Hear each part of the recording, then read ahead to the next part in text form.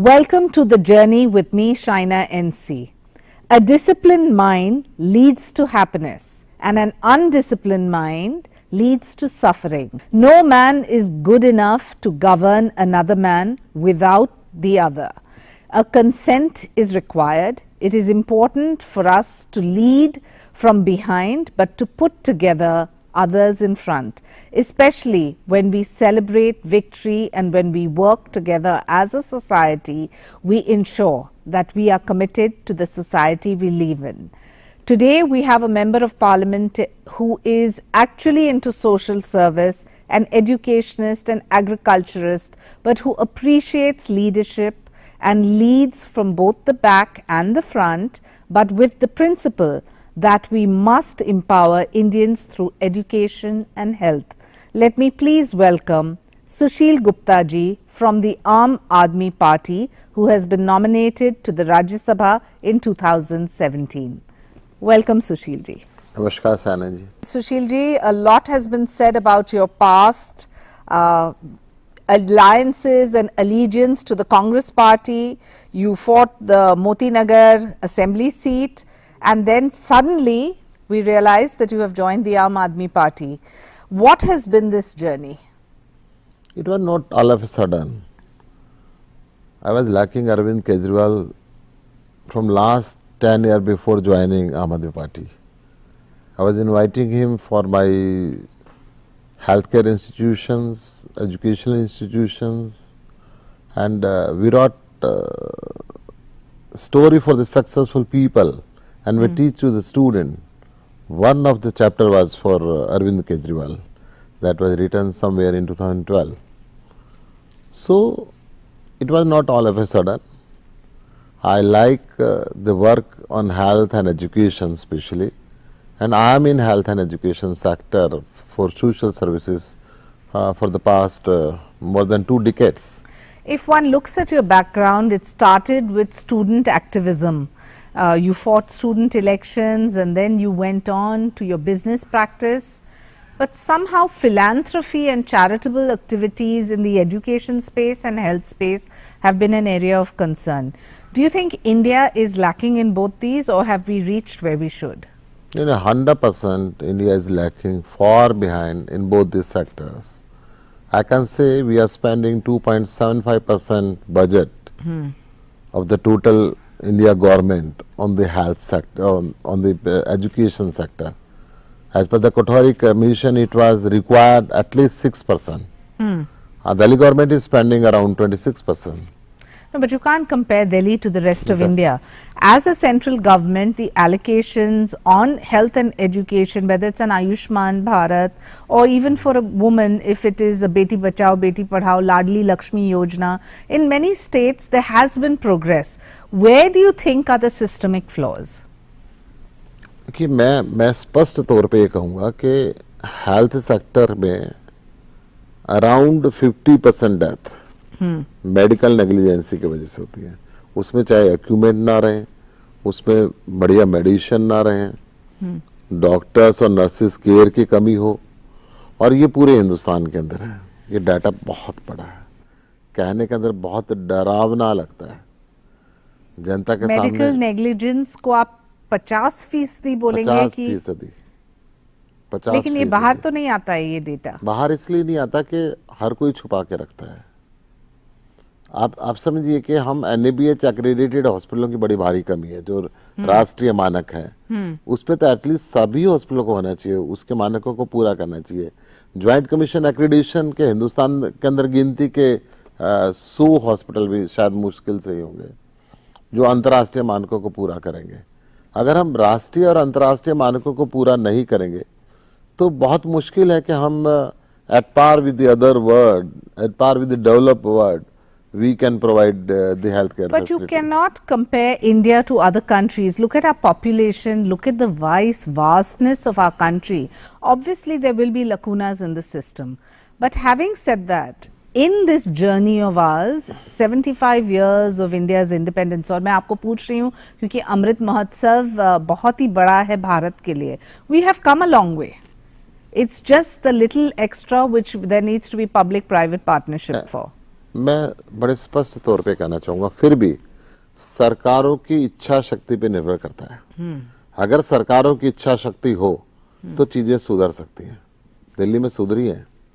मैं ये नहीं समझता कि दिल्ली बाकी राज्यों से बहुत कुछ अलग है, बट छोटा है, परंतु पॉपुलेशन तो उतनी है। पर कैपिटा मेडिकल फैसिलिटी तो उतनी चाहिए, per capita schools and colleges तो उतने ही चाहिए। मैं नॉर्दर्न इंडिया की बात करता हूँ। हर कोई चाहता है कि दिल्ली आके मेरे बच्चे को यहाँ के कॉलेजों में स्कूल में दाखिला मिल जाए। क्यों नहीं? सारी दुनिया, सारे देश के अंदर ये चीज़ें होनी चाहिए। Gupta ji, what do you think really needs to be done to make sure that every child in the country gets the best possible education and the best possible health care? What is it that is lacking, and what are the issues you have raised in Parliament as a parliamentarian in this journey of yours? मैंने parliament के अंदर भी हमेशा बोला कि भारत सरकार भी इन दोनों सेक्टरों में अपना बजट बढ़ाए। अगर हमारे बच्चे जो अच्छी एजुकेशन पा रहे हैं वो दुनिया की बेहतरीन ब्लू चिप कंपनीज के सीईओ है, सुंदर पिचाई गूगल जैसे के सीईओ है, तो हिंदुस्तान के अंदर टैलेंट की कमी नहीं है, बट उनको अपॉर्चुनिटी नहीं मिल पाती। अपॉर्चुनिटी के बिना डेथ रेट, बच्चे कितने अपाहिज हो जाते हैं। आप समझें कि हमारे यहाँ डिसेबल बच्चों की गिनती बहुत ज़्यादा बढ़ रही है। तो ये कहीं ना कहीं हेल्थ सेक्टर की कमी है। आप स्कूल ड्रॉप आउट बच्चे बहुत हैं, कॉलेज ड्रॉप आउट बच्चे बहुत हैं।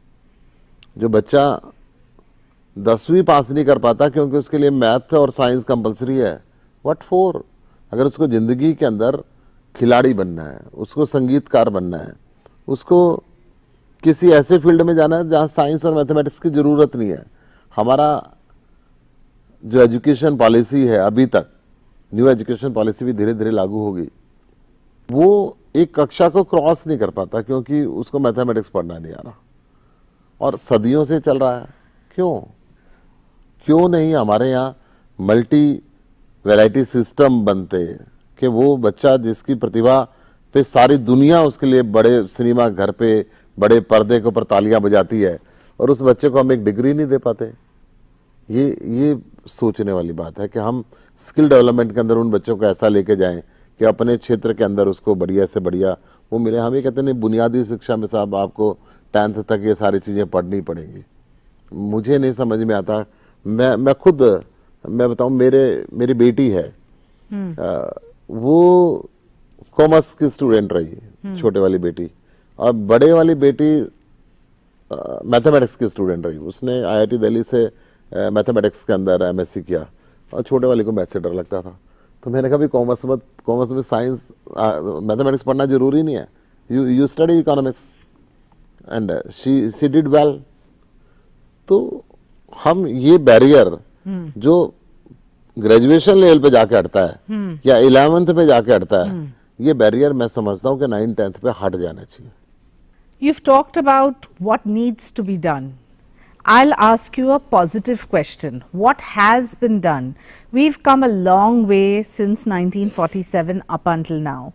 We talk about India as a vibrant democracy, a democracy that has had a pluralistic nature of a center and a state, and the coordination between center states, and of course the a lack of certain types of coordination between center and state sometimes in certain dispensations. What are the positives of India's democracy? देखिए, positive तो यही है कि हमारे यहाँ विविधता के अंदर एकता है। हमारे जो यूथ है वो बढ़ गया। पहले यूथ हमारे यहाँ इतना नहीं होता था। हमारे यहाँ अधिकारों की जागरूकता बढ़ी है। हमारे यहाँ जो ग्राहक है वहां से लेके और टॉप मैनेजमेंट तक, डेमोक्रेसी के अंदर रहते हुए हम अपने अधिकार और दायित्व के प्रति सजग हुए। और यही कारण है कि स्टेट एंड सेंटर का जो कोऑर्डिनेशन है किसी किसी क्षेत्र में पहले से बेहतर हुआ है और किसी किसी क्षेत्र में पहले से बहुत ज़्यादा खराब हो गया है। क्योंकि एक दूसरा अधिकारों के लिए जो पावर्स राइट है वो जागरूकता हर क्षेत्र के अंदर बढ़ी है, और मैं समझता हूं कि ओवरऑल इंटरनेशनल इमेज हिंदुस्तान की बेहतर हो रही है। When you spoke in Parliament, which are the issues which you think have absolutely made a difference to the common citizen of India? Are there any issues that you would like to highlight? Any of your speeches that you would like to I highlight? always speak on health and education. मेरा सबसे common ये रहा है कि मैंने संसद में बोला कि पार्लियामेंट में जो आर्किटेक्चर के बच्चे हैं उनके लिए भी मैथमेटिक्स कंपलसरी हो गया, वो तो ड्राइंग के बच्चे हैं, क्यों? So you're trying to get a system which is like the US, where you can choose any course of your choice and have amalgamation of all types of varieties. That's a very novel topic and a very novel concept, especially in India, जहाँ हर माता पिता चाहते हैं कि अपना बच्चा को doctor ही बनना चाहिए या इंजीनियर ही बनना चाहिए या लॉयर ही बनना चाहिए। आप कह रहे हैं कि you can have a combination of all your pursuits as a choice of education. बच्चे के ऊपर कभी भी ये सोचना नहीं चाहिए कि तुझे क्या बनना है। ये तो सलाह है। हाँ, लेकिन हर माता पिता अपने बच्चे से ही they live their dreams through their children. So probably in India slightly more than other एक countries. सूफी संत ने कहा है जी छोटे छोटे बच्चों के जी नन्हे नन्हे हाथों को हाँ छू लेने दो चांद सितारों को, हाँ 4 किताबें पढ़ के ये भी हम जैसे बन जाएंगे। How हम nice. अपनी बात बच्चों के दिमाग पे ना थोपें, उनकी जर्नी हमारे से बहुत आगे जानी है, जी but let them give liberty yes. what they want to be and what they want to study. From what you have said, Mahatma Gandhi said that the human voice can never reach the distance that is covered by the still. Small voice of a conscience is the best way to reach out, and that can only happen when you lose yourself to the service of others. It is said that if you live as if you were to die tomorrow and learn as you were to live forever, this world would be a different place. I'd like to ask you, Sushil ji, कि in this participation, when you have entered active politics with a social consciousness, what is it that you think encircles politics today, and what is the coil of the snake which we cannot just get rid of, no matter how much we wish to try? How do we make sure that we all work collectively? देखिए, सबसे पहले राजनेताओं को सच बोलने की आदत डालनी पड़ेगी। ये तो बहुत बहुत कठिन है। नहीं, ये बिल्कुल कठिन नहीं है। मैं आप बताऊं, मैंने अपनी जिंदगी में झूठ नहीं बोला, ना मैंने व्यापार में बोला, ना मैंने राजनीति के अंदर बोला। ये बहुत बड़ा स्टेटमेंट है आपका। हाँ, मैं सही कर रहा हूँ। शायद आज दूरदर्शन के दर्शक जो देख रहे हैं इस मुद्दे को लेके कंट्रोवर्सी ना बने। बनती रहे, मैं जिंदगी में बोलता नहीं। मेरी पूरी कोशिश होती है कि मुझे दोबारा याद ना करना पड़े मैंने क्या बोला था। झूठ बोलेगा तो याद करना पड़ेगा। अगर इस देश को आगे ले जाना है, सबसे पहले इन राजनेताओं को झूठ बोलना बंद करना पड़ेगा, और जब झूठ बोलना बंद हो जाएगा और सच बोलेंगे तो अपनी कमियां भी हमें सामने बतानी पड़ेंगी, दिखानी पड़ेंगी। But there is a stereotypical notion that the politician is the big bad politician who always says what he does not mean. झूठ बोलते हैं, उनकी एक छवि बन चुकी है। इस छवि को बदलने के लिए हमें क्या प्रयास करना चाहिए? हमें प्रयास करना पड़ेगा कि हम नए बच्चों को राजनीति सिखाएं, और सिखाएं या आकर्षित करें? सिखाएं, पढ़ाएं उनको। As in politics, political science. Political science अलग बात है।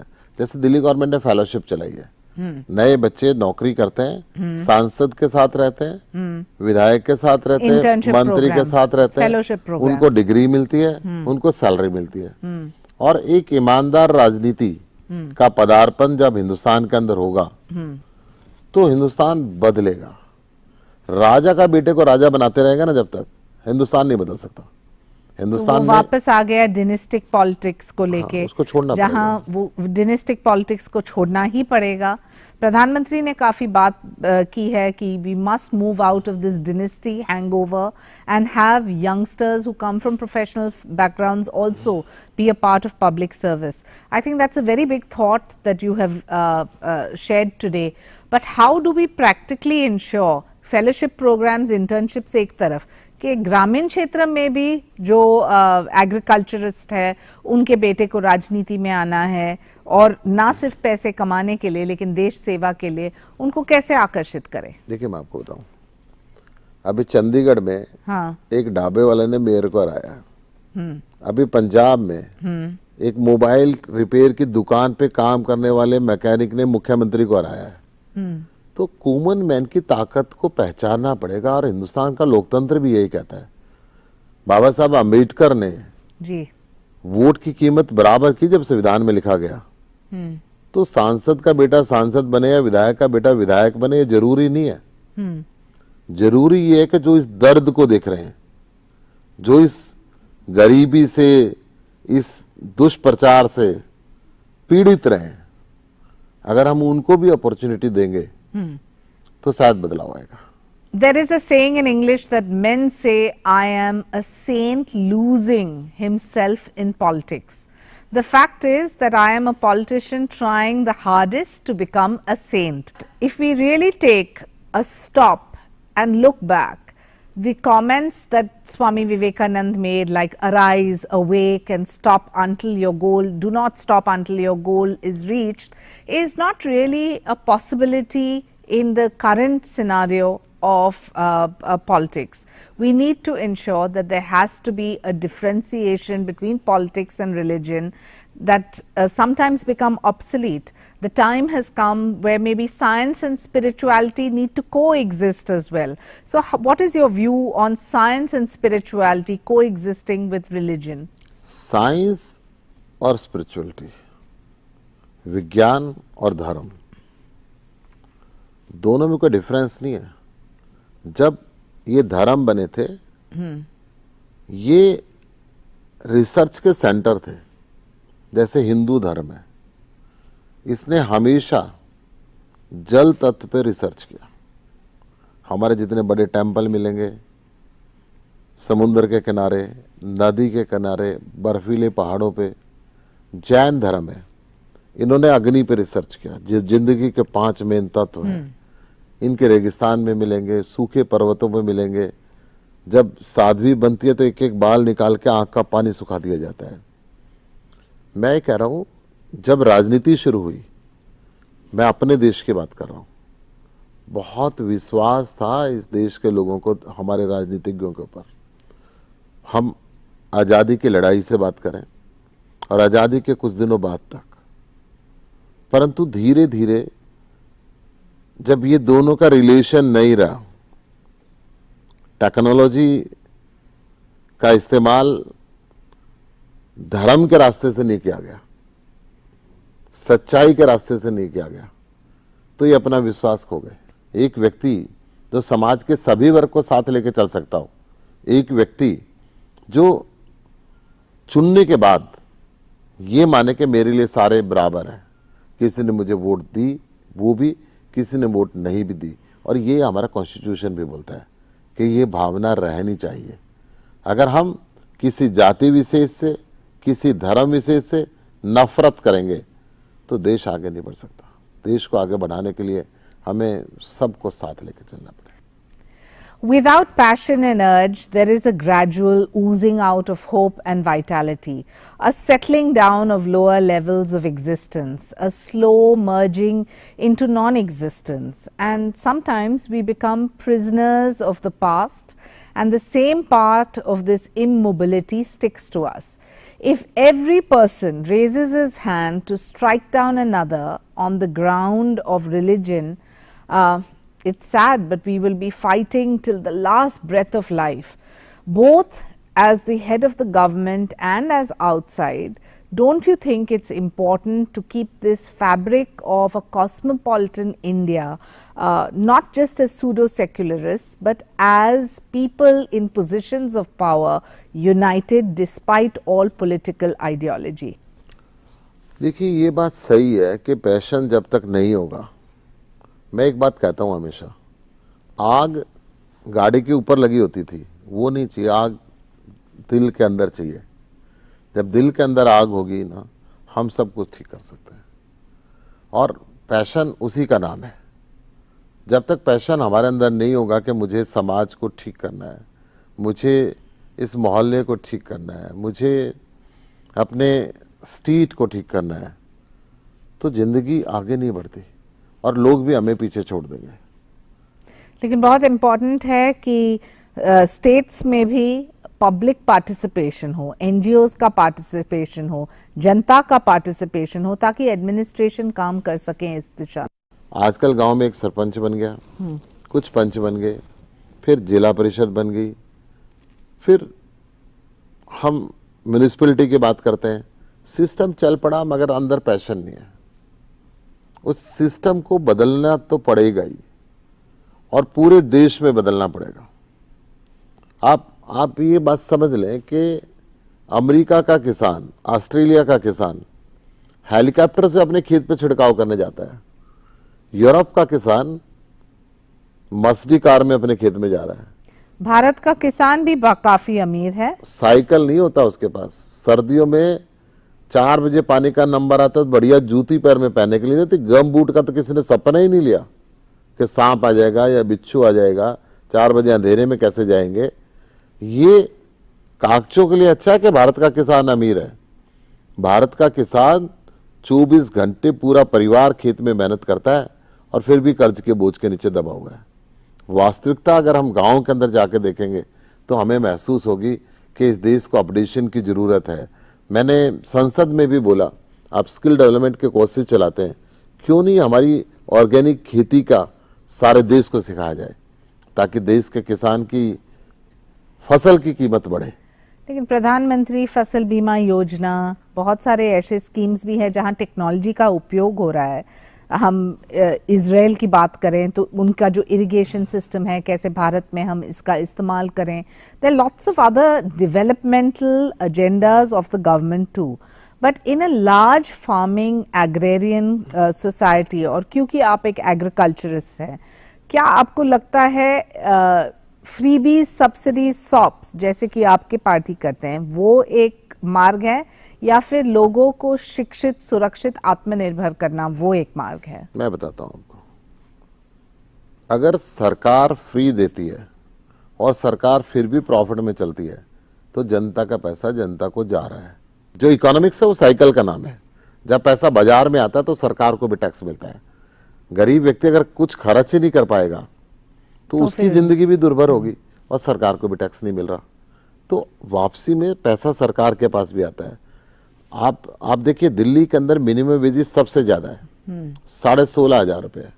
पूरे हिंदुस्तान में नहीं है, क्योंकि वो पैसा रिसाइकल होता है और रिसाइकल जब होता है तो गवर्नमेंट को टैक्स आता है।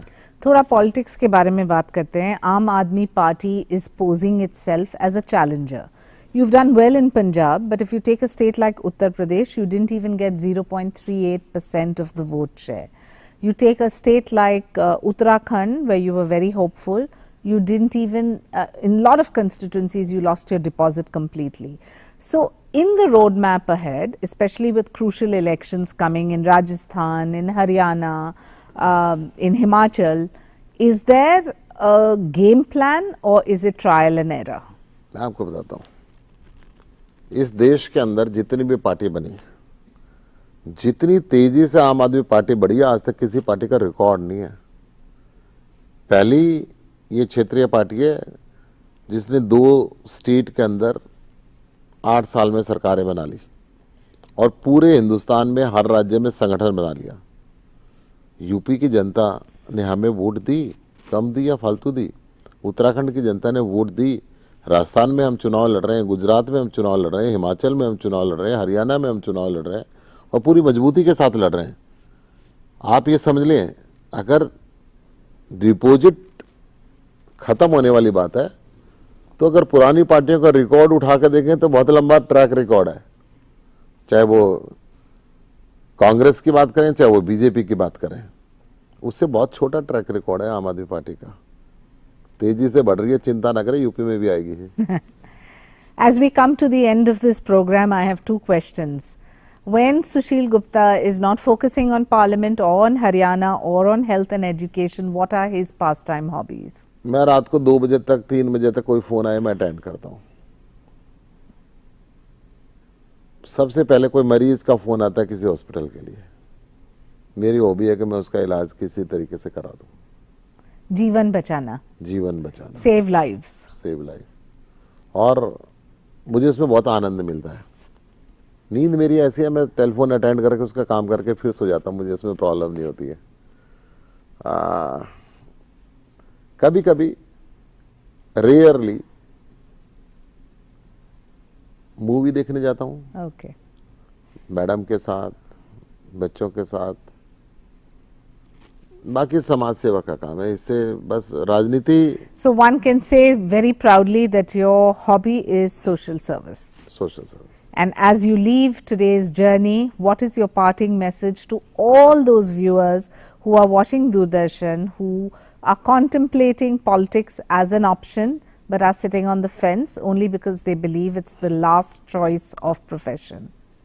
मेरा एक ही संदेश है, वो चाहे कोई भी प्रोफेशन हो, पॉलिटिक्स हो, व्यापार हो, नौकरी हो, जो व्यवहार हम अपने साथ चाहते हैं हम सामने वाले के साथ वो व्यवहार करें और झूठ ना बोलें। और झूठ ना बोले तो देश खुद ब खुद आगे बढ़ जाएगा। जी, बहुत बहुत धन्यवाद। Thank you very much, शुक्रिया। Sushil Gupta ji, for joining the journey and sharing your experiences as a parliamentarian, and more importantly, your contribution in social service in the field of health and education. Thank you very much, Shaina ji. That truth and virtue do not necessarily belong to wealth and power and distinctions of big mansions. Sardar Vallabhbhai Patel rightly said, "We all need to remain united, march forward in all humility, but fully awake of the situation you face, demanding your rights and firmness, but staying united. My only desire is that India should be a God producer and no one should be hungry, shedding tears for food in the country. Manpower without unity is not a strength unless it is harmonized and united properly. Then it becomes a spiritual power." On this note, I take your leave, and next week we will have one more parliamentarian who shares his or her experience in the journey. This is me, Shaina NC, signing off.